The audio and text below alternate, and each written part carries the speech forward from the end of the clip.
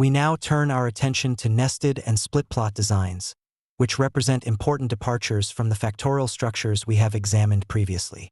In many practical experiments, we encounter situations where the levels of one factor are not completely crossed with the levels of another factor. Instead, certain factor levels exist only within specific combinations of other factors. This hierarchical arrangement creates what we call a nested design. Consider factor A and factor B.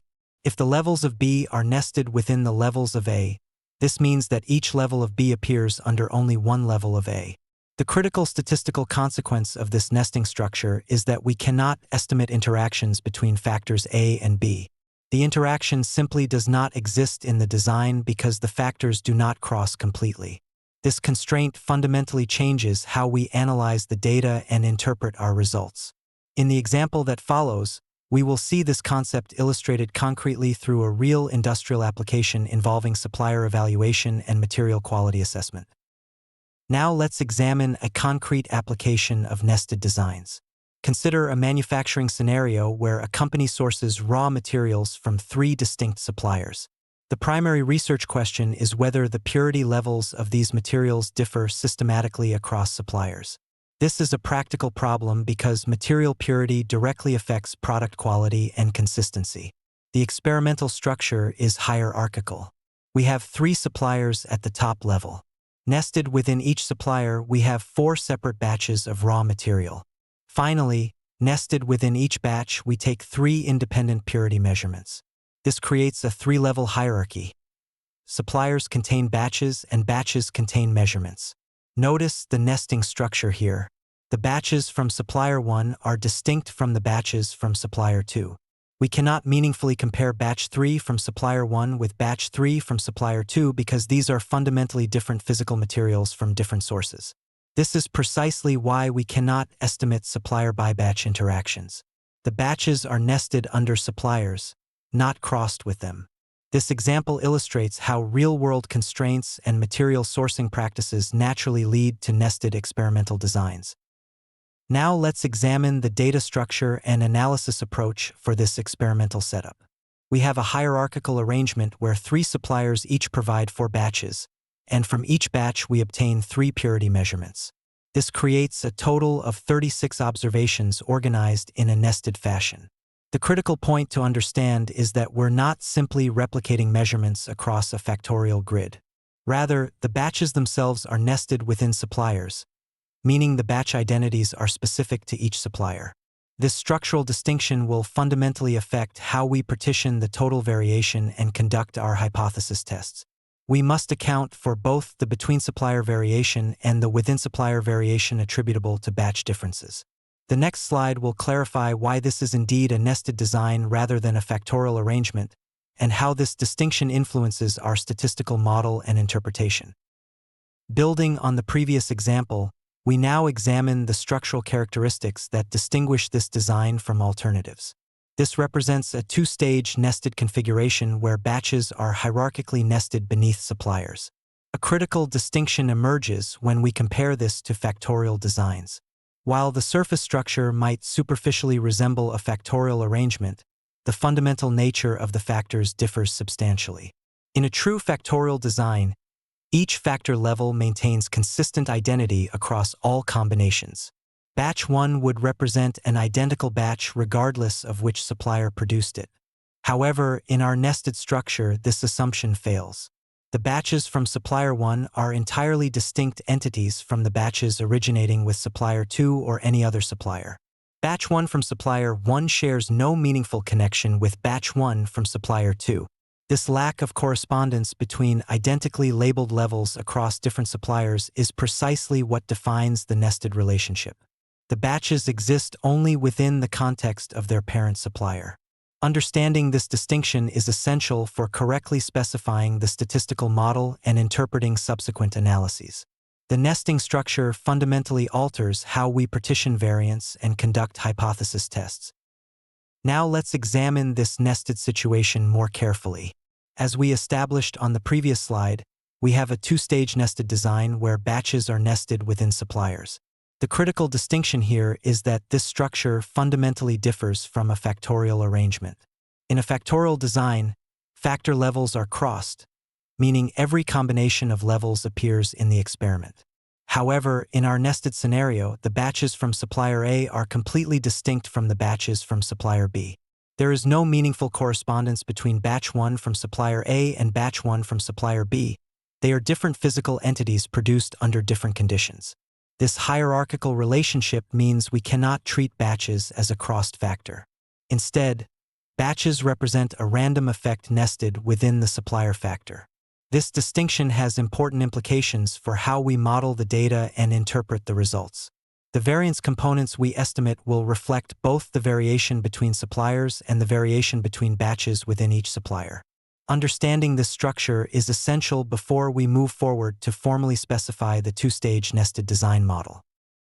Building on the nested situation we examined in example 1, we now formalize the structure into what we call a two-stage nested design. This represents a hierarchical framework where observations are organized into two distinct levels of nesting. At the first stage, we have primary units. These might be classrooms, hospitals, or experimental blocks. Within each primary unit, we then have secondary units, individual students, patients, or experimental plots. The critical feature of this design is that secondary units are nested exclusively within their primary unit. They do not cross over between primary units. This nesting structure creates dependencies in our data.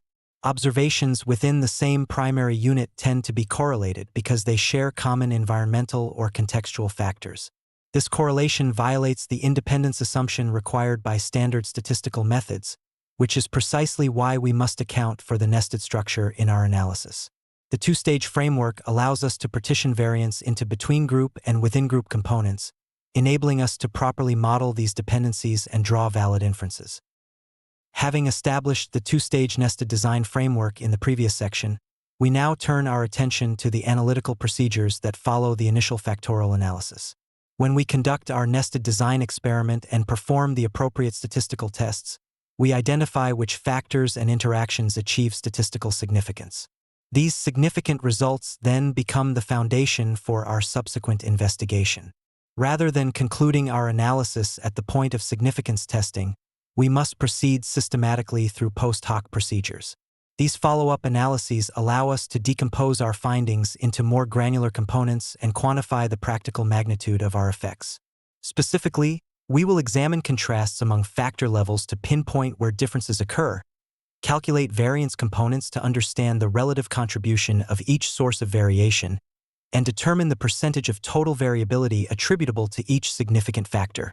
This comprehensive approach ensures that our interpretation extends beyond mere statistical significance to provide meaningful insights into the structure and magnitude of effects within our nested experimental design.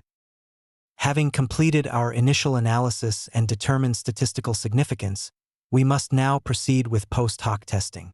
This step is essential whenever we reject the null hypothesis and need to understand which specific groups differ from one another. Post hoc analysis encompasses several complementary approaches. First, we conduct contrast testing to examine planned comparisons between particular group combinations. Second, we examine variance components to decompose the total variability and understand the relative contribution of each source. Third, we calculate the percentage of variability explained by our factors, which provides insight into the practical significance of our findings. These procedures should be applied systematically whenever appropriate for your experimental design. The choice of which post hoc methods to employ depends on your research questions and the structure of your data. In the example we're about to examine, we'll see how these post hoc techniques illuminate the practical implications of our statistical results and guide us toward meaningful recommendations. Now we move to a practical example that illustrates the nested design structure we've been discussing. A supplier engineer faces a realistic quality control problem, determining whether 3 different suppliers are delivering equivalent material. The experimental design here is hierarchical. For batches are randomly selected from each supplier, and then from each batch, 3 material samples are drawn at random. This creates a 2-level nested structure where batches are nested within suppliers and samples are nested within batches. Notice that we cannot directly compare samples across different batches or batches across different suppliers without accounting for this hierarchy. Your task is to analyze this dataset and provide evidence-based recommendations to the engineer at the significance level of 0.05. This requires you to partition the total variability into components corresponding to each level of the design, conduct the appropriate hypothesis tests, and then perform the post hoc analyses we discussed on the previous slide. Your recommendations should address whether the suppliers are truly equivalent or whether meaningful differences exist that warrant further investigation or action. Now we turn to the statistical analysis of this nested design. We have fitted a general linear model with supplier as a fixed effect and batch nested within supplier as a random effect. This hierarchical structure reflects the actual sampling process. We first selected batches from each supplier, then drew samples from those batches. The analysis of variance table reveals several important findings. First, the supplier effect yields an F-statistic of 0.97 with a p-value of 0.416. Since this p-value exceeds our significance level of 0.05, we fail to reject the null hypothesis. There is insufficient evidence to conclude that material quality differs significantly among the three suppliers. However, the batch effect nested within supplier is highly significant. The F-statistic is 2.94 with a p-value of 0.017, well below our threshold. This indicates substantial variability in material properties between batches from the same supplier, which is practically important for quality control. The model explains approximately 57% of the total variation, though the adjusted R-squared is more conservative at 38%, accounting for model complexity. These results suggest that batch-to-batch inconsistency within suppliers presents a greater concern than differences between suppliers themselves. We now examine a two-level nested design where suppliers represent our fixed factor of primary interest, and batches are nested within each supplier as a random factor. This structure reflects a realistic manufacturing scenario where we want to assess whether suppliers differ systematically, while acknowledging that batches within suppliers introduce natural variability. The ANOVA table reveals several important findings. First, the supplier effect is not statistically significant at the conventional alpha level, with a p-value of 0.416. This suggests that mean quality does not differ meaningfully across the three suppliers. However, the batch effect nested within suppliers is highly significant with p equals 0.017, indicating substantial batch-to-batch variability within suppliers. This distinction is crucial. Even if suppliers appear equivalent on average, the quality inconsistency within suppliers is a genuine concern. The model explains approximately 57% of total variation, though the adjusted R-squared of 37.7% provides a more conservative estimate accounting for model complexity. The variance component's decomposition shows that batch variability contributes 1.71 units while residual error contributes 2.64 units. This tells us that process improvements should target both batch consistency and measurement precision. The nested structure means we test the supplier effect against batch variability rather than pure error, which is the appropriate denominator for this design. Now let's examine the expected mean squares and variance components, which provide crucial insight into the structure of our nested design. The expected mean squares tell us what each source of variation actually estimates. Notice that the supplier term includes three components: the error variance, a scaled version of the batch variance, and a term labeled Q1 that represents the fixed effect of supplier itself. In contrast, batch within supplier only estimates the error variance plus the batch component, with no fixed effect term. This distinction is fundamental to understanding why we test supplier against batch rather than against error. The error terms table formalizes this logic. We test supplier using the batch mean square as our denominator because batch is the appropriate error term for supplier in this nested structure. Only after establishing that batch effects are significant do we test batch against the residual error. Finally, the variance components decompose the total variation into interpretable pieces. The batch component contributes approximately 1.71, while error contributes 2.64. This quantifies the relative importance of each source, setting up our conclusion that batch variability within suppliers is indeed the dominant factor driving variation in our response. Based on our analysis of the variance components and expected mean squares, we can now draw several important conclusions about the sources of variation in this supplier study. the statistical testing reveals that the batch-to-batch variability within each supplier is indeed a significant source of variation in our response variable. More specifically, the variance component for batch within supplier accounts for approximately 39% of the total observed variation. This finding has practical implications. It tells us that even when we control for differences between suppliers, substantial heterogeneity exists from batch to batch within each supplier's production process. Therefore, the primary driver of variability in this system is not the supplier itself, but rather the batch-level inconsistencies that occur within each supplier's operations. This distinction is crucial for quality improvement efforts, as it suggests that management should focus their attention on standardizing and controlling the batch-level production processes rather than simply switching between suppliers. With this understanding of the nested structure and its contribution to overall variation, we can now transition to a more complex experimental design scenario that will further illustrate these hierarchical principles. Having established that batch-to-batch variability within suppliers represents the dominant source of variation at 39%, we now turn to a practical industrial example that illustrates these nested design principles in action. Consider a foundry tasked with comparing the hardness properties of two distinct metal alloy formulations. To conduct this investigation rigorously, the researchers prepare 3 separate heats for each formulation.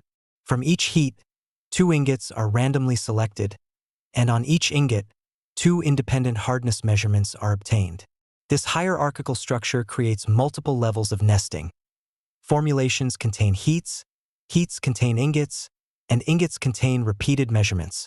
This design allows us to decompose the total variation in hardness into components attributable to formulation differences, heat-to-heat variability within formulations, ingot-to-ingot variability within heats, and measurement error. By systematically organizing the data collection in this nested fashion, we can isolate and quantify each source of variation, much as we did with the supplier batch example. This example demonstrates how nested designs provide a framework for understanding complex manufacturing processes where multiple hierarchical factors influence product quality. The experimental structure we've just described exemplifies what we call a 3-stage nested design. Let me clarify the hierarchical nature of this arrangement. At the first stage, we have 2 alloy formulations, which represent our primary factor of interest. Nested within each formulation, at the second stage, we observe 3 distinct heats. These heats are not crossed with formulation. Rather, each heat belongs exclusively to one formulation. Finally, at the third stage, we have ingots nested within heats. 2 ingots are randomly selected from each heat, and these ingots are measured only within their parent heat. The term nested indicates this one-directional hierarchy. Ingots do not appear across multiple heats, and heats do not appear across multiple formulations. This design structure is particularly useful when we wish to account for variability at multiple levels of the production process. The nested arrangement allows us to partition the total variation into components attributable to formulation differences, heat-to-heat variation within formulation, and measurement variation within ingots. This hierarchical decomposition provides valuable insight into where quality inconsistencies originate in the manufacturing process. Having established the foundational structure of the 3-stage nested design in the previous section, we now turn our attention to the practical implementation and analytical considerations that arise when working with this framework. The nested structure creates a hierarchical dependency among our observational units, which fundamentally affects how we must approach statistical inference. When observations are nested, they are no longer independent in the classical sense. Rather, units at lower levels share common characteristics inherited from their parent units at higher levels.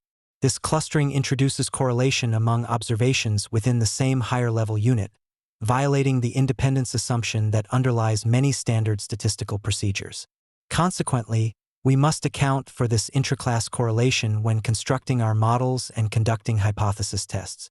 The failure to recognize and properly model this dependence structure can lead to severely biased estimates of standard errors, inflated type 1 error rates, and ultimately invalid statistical conclusions. Throughout this section, we will explore the specific mechanisms by which nesting affects our analyses and develop appropriate methodological responses to these challenges. We now turn our attention to an important class of experimental designs that combines elements we have studied separately. In many practical research situations, experimenters face a scenario where the factor structure does not follow a purely factorial arrangement. Instead, some factors operate in a complete factorial configuration while others are nested within the levels of those factorial factors.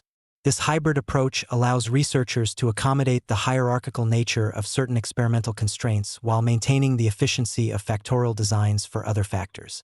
Such designs prove particularly valuable when nesting is imposed by practical limitations, perhaps due to cost, time, or the inherent structure of the experimental material. Yet we still wish to investigate interactions among the factorial components. Understanding when and how to employ these nested factorial designs represents a crucial skill in experimental planning, as they offer a more realistic and economical alternative to fully crossed factorial experiments in many applied contexts. We now turn our attention to a hybrid experimental design structure that combines elements we've already discussed. In many practical research situations, you'll encounter experiments where the factorial arrangement applies to some factors while other factors are structured hierarchically beneath them. These are called nested factorial designs, and they represent an important middle ground between purely factorial experiments and purely nested structures.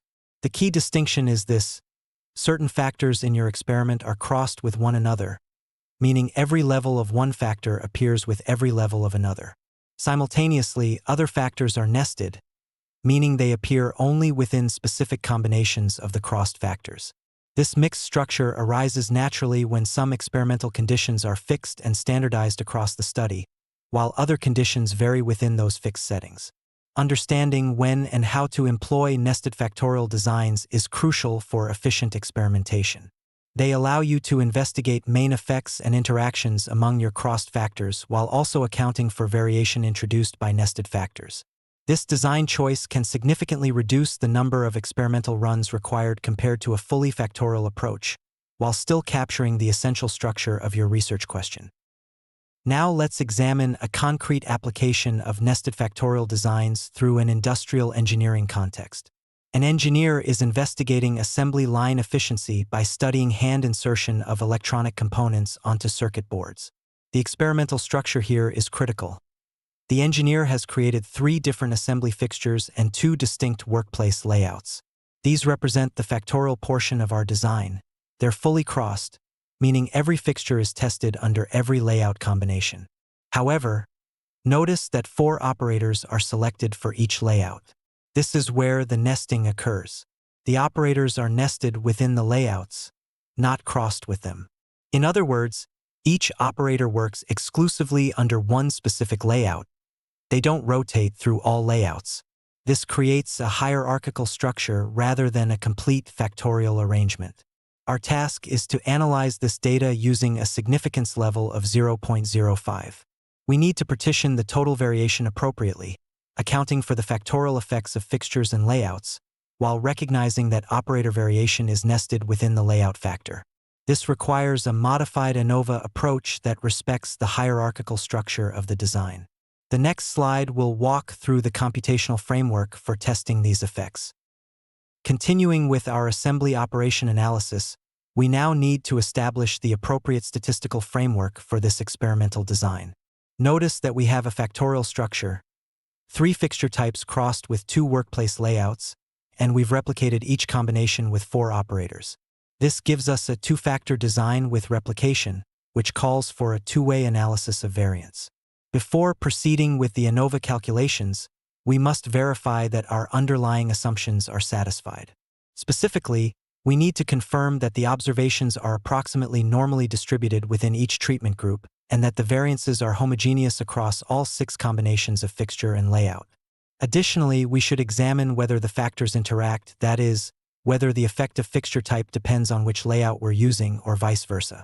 Once we've validated these assumptions using appropriate diagnostic plots and tests, we can decompose the total variation in assembly speed into 3 components: variation attributable to fixture type, variation due to workplace layout, and variation from their interaction. The significance level of 0.05 will guide our hypothesis testing decisions for each factor and their interaction. We now examine the analysis of variance results for our nested experimental design. Notice that we have 3 fixed factors: fixture with 3 levels, layout with 2 levels, and operator nested within layout, which is treated as a random effect with 8 total operators distributed across the layout conditions. Looking at the f-statistics and p-values, fixture emerges as statistically significant at the 0.008 level, indicating that the choice of fixture has a meaningful effect on our response time. The layout main effect, however, is not significant at conventional alpha levels, with a p-value of 0.581. The interaction between fixture and operator nested within layout reaches significance at 0.036, suggesting that the fixture effect varies depending on which operator conducts the measurement. This interaction term is particularly important because it tells us that operator performance is not uniform across fixture types. The remaining terms, the operator effect itself and the fixture layout interaction, do not achieve statistical significance. The error term with 24 degrees of freedom provides our baseline for comparison. This analysis demonstrates how nested designs allow us to partition variability and identify which factors genuinely influence our outcome while accounting for the hierarchical structure of our data collection process. We now examine the experimental design and analysis of variance results for our time measurement study. The design employs 3 fixture types and 2 layout configurations, with 8 operators nested within each layout. This nesting structure is critical because operators are not crossed with layout. Instead, each operator works exclusively within one layout condition. Looking at the ANOVA table, several effects warrant our attention. The fixture main effect is statistically significant at the 0.008 level, indicating that fixture type meaningfully influences processing time. The layout main effect, however, shows no significance, suggesting layout alone does not substantially affect our response. The operator nested within layout effect approaches but does not reach conventional significance thresholds. The interaction between fixture and operator nested within layout is significant at 0.036, revealing that the effect of fixture type varies depending on which operator performs the task. This interaction suggests operator skill or technique modifies how fixtures influence processing time. The fixture by layout interaction remains non-significant, indicating the fixture effect is consistent across both layout configurations. The error term captures residual variation unexplained by our factors.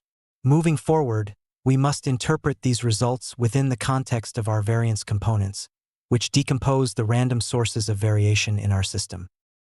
Now we turn to the expected mean squares and variance components, which reveal the underlying structure of our mixed model. The expected mean squares table decomposes each source of variation into its constituent random and fixed components. Notice that the error term, labeled component 6, appears in every expected mean square. This is our baseline noise. For the fixed effects, fixture and the fixture by layout interaction, the expected mean squares include quadratic forms, denoted Q, which capture the fixed effect contributions. For the random effects, such as operator nested within layout and its interaction with fixture, we see variance components multiplied by their respective replication numbers. The variance components table below quantifies the magnitude of each random source. The operator effect nested within layout contributes approximately 1.083 units of variance. The fixture by operator interaction contributes 1.576 units, which is notably larger. The error component stands at 2.333. These estimates tell us that the fixture by operator interaction is a substantial source of unexplained variation, which aligns with the significant p-value we observed in the ANOVA table.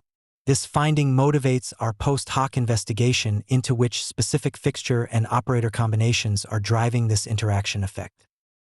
Based on our analysis of the variance components and expected mean squares, we can now draw several important conclusions from this experiment. Most significantly, the interaction between fixture and operator within layout has emerged as a statistically significant effect. This tells us that the performance difference between fixtures is not consistent across different operators. In other words, some operators achieve better results with certain fixtures than with others. This interaction effect is substantial, with an estimated variance component of 1.576, which is comparable to our error variance of 2.333. This finding has practical implications for how we might assign operators to fixtures in future production runs. Rather than assuming any operator can work equally well with any fixture, we should consider operator-fixture pairings strategically. Additionally, the nested structure we observed, with operators nested within layout, suggests that layout decisions fundamentally influence operator performance. As we transition to our next topic, it's worth noting that the constraints we encountered in randomizing this experiment, particularly the difficulty in changing certain factors, are precisely the conditions that motivate the split plot design framework we'll examine next. Having established that the interaction between fixture and operator varies significantly across different layout configurations, we now turn to a practical challenge that arises frequently in experimental design.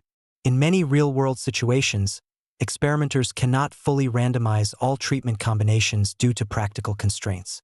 This is where split plot designs become essential. A split plot design is a multi-factor experiment in which at least one factor is inherently difficult or expensive to change. When a factor is hard to change, we cannot randomize its order completely across all experimental runs. This constraint introduces a specific form of non-randomization that we must account for in our analysis. Rather than treating this as a flaw, we recognize split plot designs as a legitimate and powerful experimental structure. Understanding how to properly design and analyze these experiments allows us to work within real-world limitations while still obtaining valid statistical inferences. In the next example, we will see how these principles apply to a concrete industrial scenario involving paper manufacturing. Now let's examine a concrete example that illustrates why split plot designs become necessary in practice. A paper manufacturer wants to investigate how pulp preparation methods and cooking temperature affect the tensile strength of their final product. They're considering 3 different preparation methods and 4 temperature levels, which gives us a full factorial structure with 12 distinct treatment combinations. To achieve adequate statistical power, they plan to replicate this factorial design 3 times, requiring a total of 36 experimental runs. The constraint here is temporal. The facility can only produce 12 batches per day, so the experimenter has wisely decided to block on replicates, treating each day as a separate block. This brings us to a critical question. How should we actually conduct this experiment given the practical limitations we're about to encounter? The answer requires us to think carefully about which factors are easy to change and which are difficult, because this distinction will fundamentally shape our experimental strategy. As we'll see on the next slide, a naive approach would be impractical, and we'll need to consider alternative designs that respect the constraints of the manufacturing process. Now let's examine the first approach to designing this experiment. The straightforward method would be to create all 36 distinct batches of pulp, one for each combination of pulp preparation method and cooking temperature. Since we have 3 preparation methods crossed with 4 temperature levels, and we're running 3 replicates, we indeed need 36 separate batches. However, this design presents a significant practical limitation. Pulp preparation is what we call a hard-to-change variable. In industrial settings, changing the pulp preparation method requires substantial setup time, equipment adjustments, and process modifications. Creating a new batch for every single temperature combination would be extremely time-consuming and costly. This inefficiency motivates us to reconsider our experimental strategy, which brings us to the alternative approach we'll examine next. Having identified the impracticality of design method 1, we now turn to a more efficient alternative that acknowledges the constraints of hard-to-change variables. Design method 2 restructures our experimental approach by exploiting the hierarchical nature of our factors. Rather than creating 36 separate batches, we strategically prepare fewer batches and subdivide them. The key innovation here is this: we select a single pulp preparation method, prepare 1 batch, and then partition that batch into 4 distinct samples. Each sample receives a different temperature treatment. We repeat this process for every pulp preparation method we wish to test, and then we conduct the entire sequence again for replicates 2 and 3. This split plot structure dramatically reduces the number of hard-to-change operations while maintaining our ability to assess temperature effects. However, I must emphasize an important limitation. As currently described, this experiment lacks randomization. The samples within each batch are assigned to temperatures in a predetermined order rather than through random allocation. This non-randomized structure introduces potential bias and violates a fundamental principle of experimental design. In our next slide, we will examine the precise setup of this design and consider how randomization might be properly incorporated to strengthen our inference. Now let's examine the practical structure of this alternative design more carefully. As we've established, we're working with 3 replicates, and within each replicate, we prepare a single batch of pulp using one preparation method. That batch is then divided into 4 sections, with each section exposed to a different temperature level. The key insight here is the hierarchical organization of our experimental units. The pulp batch itself becomes our primary experimental unit, and the temperature assignments within that batch create secondary units nested within it. This nesting structure is fundamental to understanding why this design is called a split plot design, which we'll explore in detail on the next slide. Notice that by organizing the experiment this way, we've dramatically reduced the number of batches required compared to a fully randomized approach. Rather than needing separate batches for every combination of preparation method and temperature, we've achieved efficiency through this hierarchical structure while still maintaining the ability to evaluate both factors. Having established the basic framework of our second design method, we now turn to the split plot design, which offers a practical solution when experimental constraints limit our flexibility. The fundamental structure involves organizing each replicate into hierarchical units. We begin with whole plots, which receive the hard-to-change factor in our pulp study, the pulp preparation methods. Each whole plot is then subdivided into smaller units called subplots or split plots, which receive the easier-to-manipulate factor, temperature in this case. This hierarchical arrangement reflects experimental reality. Pulp preparation is labor-intensive and time-consuming, making it impractical to randomize across many treatment combinations. By assigning it to whole plots, we minimize the number of preparation batches required. With 3 replicates and 3 preparation methods, we need only 9 batches total, a substantial reduction in experimental effort. The subplot structure allows us to test temperature effects within each preparation method without additional batches. This efficiency comes with a statistical cost, however.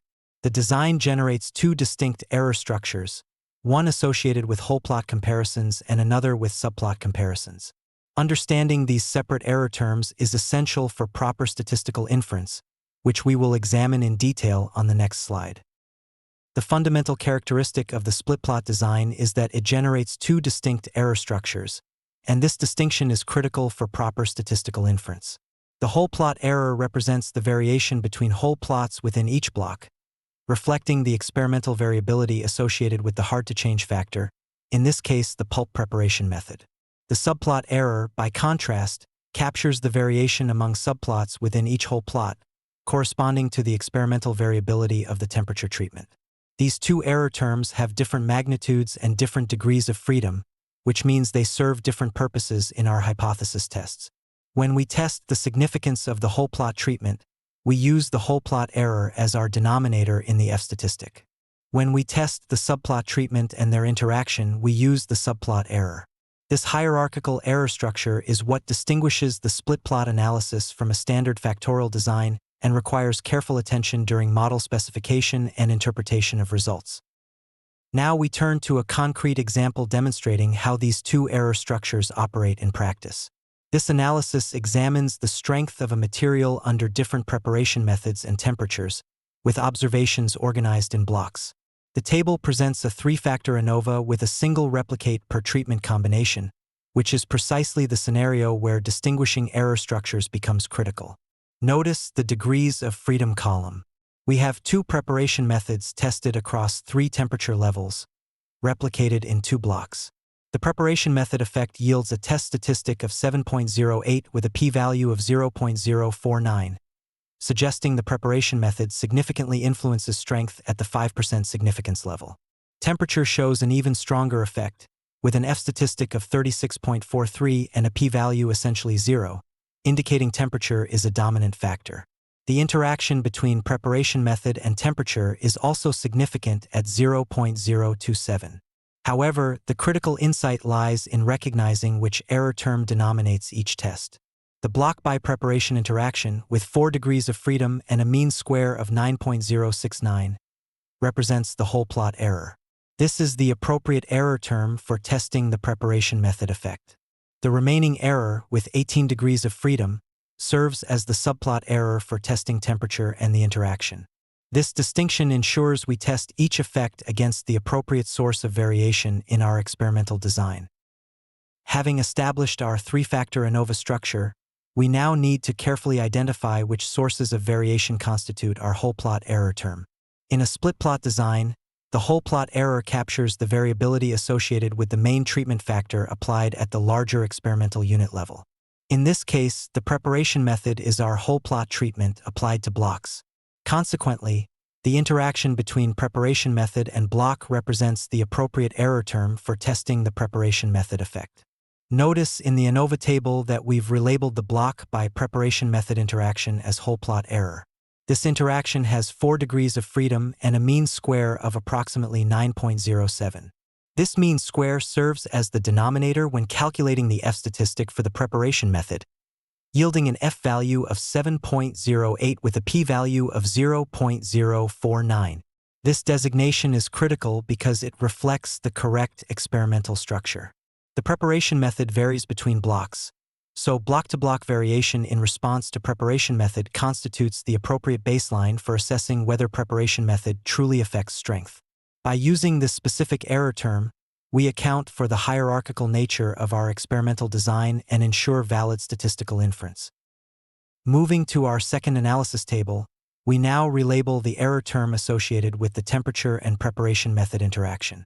What was previously designated as whole plot error in our first model becomes the subplot error in this framework. This distinction is critical for understanding the hierarchical structure of our split plot design. The subplot error, with 18 degrees of freedom and a mean square of approximately 3.972, represents the residual variation at the subplot level. This is the appropriate error term against which we test the interaction between temperature and preparation method. Notice that our F statistic for this interaction is 3.15, yielding a p-value of 0.027. This result is statistically significant at conventional significance levels, indicating that the effect of temperature on material strength depends meaningfully on which preparation method was employed. The interaction is not merely noise. It represents genuine differential responses across our factor combinations. This finding sets up our next step, where we will conduct post-hoc comparisons to identify precisely which combinations of temperature and preparation method differ significantly from one another. Based on our analysis of the split plot design examining pulp strength, we can draw several important conclusions. First, the interaction between temperature and preparation method is statistically significant at the 0.05 level, with a p-value of 0.027. This tells us that the effect of temperature on strength depends on which preparation method we use, and conversely, the effect of preparation method varies across different temperature levels. Therefore, we cannot simply report main effects in isolation. We must interpret these factors jointly. When we encounter a significant interaction in a fixed effects experiment like this one, our next step is to conduct post-hoc comparisons to identify which specific combinations of temperature and preparation method differ significantly from one another. We would employ the same multiple comparison procedures we use in any standard factorial design, whether that is Tukey's honest significant difference test, Bonferroni correction, or another appropriate method depending on our specific research questions and family-wise error rate considerations. This conclusion naturally leads us to consider how these principles extend to more complex experimental structures. Our next example will examine a different split plot scenario involving pigment dispersion in paint, where we again have multiple factors operating at different hierarchical levels. Now we turn to example 4, which presents a practical experimental design problem in materials science. We're examining how pigment disperses in paint formulations, and this is a realistic scenario you might encounter in industrial quality control or product development. The experimental structure here involves 4 different pigment mixes that will apply using 3 distinct application methods. Our response variable is the reflectance percentage of the pigment, which serves as our measure of dispersion quality. The critical constraint is that the entire experiment requires 3 days to complete, which immediately suggests we need to account for day-to-day variation in our analysis. Notice that both mixes and application methods are fixed factors. This means we're specifically interested in these particular formulations and techniques, not generalizing to a broader population of possible mixes or methods.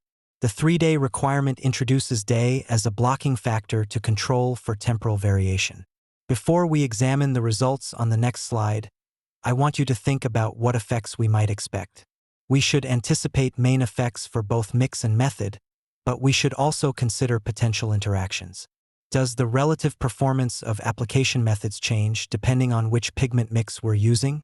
This is precisely the type of question that interaction terms address in our analysis. Examining our ANOVA results, we observe several critical findings that guide our model refinement strategy. The main effects for both mix and application method are highly significant, with f-statistics of 152.56 and 165.30 respectively, both yielding p-values less than 0.01. This indicates that pigment dispersion varies substantially across different formulations and application techniques. However, notice the interaction between mix and method yields an f-statistic of 2.49 with a p-value of 0.0678, which exceeds our significance threshold of 0.05. This suggests the interaction effect may not be statistically meaningful. Additionally, the day effect and its interaction with mix both appear negligible. Given these results, we face a model selection decision. Rather than retaining all terms, we should consider removing non-significant interactions to obtain a more parsimonious model. This leads us to our reduced model, shown on the next slide, where we eliminate the mix method interaction and focus on the main effects that demonstrably influence reflectance. This approach improves interpretability while maintaining statistical rigor. Given the non-significance of the day main effect and the marginal interaction between mix and method in our full model, we now examine a reduced model that removes these problematic terms. Notice that the day effect remains non-significant with an f-statistic of 1.08, confirming our decision to exclude it. The day-mix interaction also fails to reach significance at 0.80, further justifying its removal. However, both main effects remain highly significant. The mix effect yields an f-statistic of 108.48 with a p-value less than 0.0001, and the method effect produces an f-statistic of 117.54, also highly significant. By eliminating the non-significant terms, we've improved the precision of our estimates for the effects that matter. This more parsimonious model provides clearer inference about the true drivers of variation in our response. We can now proceed with confidence that our remaining factors represent genuine, meaningful effects worthy of further investigation through post-hoc testing. Looking at our reduced model results, we can draw clear conclusions from the analysis of variance table. Both the main effects, mix and method, demonstrate statistical significance at conventional levels, with p-values well below 0.0001. This indicates that both factors meaningfully influence our response variable. The day effect, by contrast, does not reach significance, which justified its removal from the model in our simplification process. Now that we have identified these significant main effects, the natural next question becomes, which specific levels of mix and which specific levels of method differ from one another? This is where post-hoc testing becomes essential. We cannot simply rely on the overall f-tests. We need to conduct pairwise comparisons to determine precisely where the differences lie among our factor levels. This protects us against inflated type 1 error rates when making multiple comparisons. In our next lecture, we will shift our focus to a different experimental design structure. We will examine row-column block designs, which extend the blocking principles we have discussed by incorporating two-way blocking structures.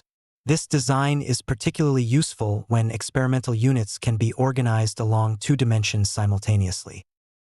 Having established that both main effects are statistically significant in our analysis, we must now address the question of post-hoc testing. Before we proceed to that discussion, however, I want to introduce you to a more sophisticated experimental design that will expand your analytical toolkit considerably. In our next lecture, we will examine row-column block designs, which represent an important extension of the blocking strategies we have already covered. These designs are particularly valuable when you need to control for variation across two dimensions simultaneously. For instance, when both rows and columns in your experimental layout represent sources of systematic variation that could confound your treatment effects. Understanding row-column designs will enable you to conduct more efficient experiments and extract clearer conclusions from your data. So please review the material on blocking principles before our next session. as that foundation will be essential for comprehending how row-column designs leverage multiple blocking factors to enhance experimental precision.